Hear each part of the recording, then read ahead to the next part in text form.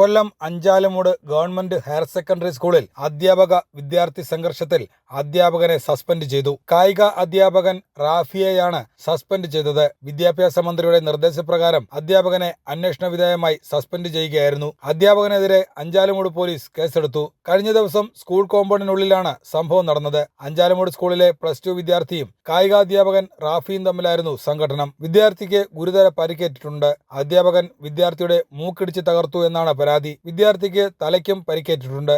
ഗുരുതരമായി പരിക്കേറ്റ കുട്ടിയെ ജില്ലാ ആശുപത്രിയിൽ പ്രവേശിപ്പിച്ചിരുന്നു. മറ്റൊരു വിദ്യാർത്ഥിനിയെ മോശം വാക്കുകൾ ഉപയോഗിച്ച് അധിക്ഷേപിച്ചതുമായി ബന്ധപ്പെട്ട തർക്കമാണ് സംഘർഷത്തിന് കാരണമെന്ന് സ്കൂൾ അധികൃതർ പറഞ്ഞു. പോലീസിലും ബാലാവകാശ കമ്മീഷനിലും വിദ്യാർത്ഥി പരാതി നൽകിയിട്ടുണ്ട്. കുട്ടി അധ്യാപകനെ തല്ലിയതായും പരാതിയുണ്ട്.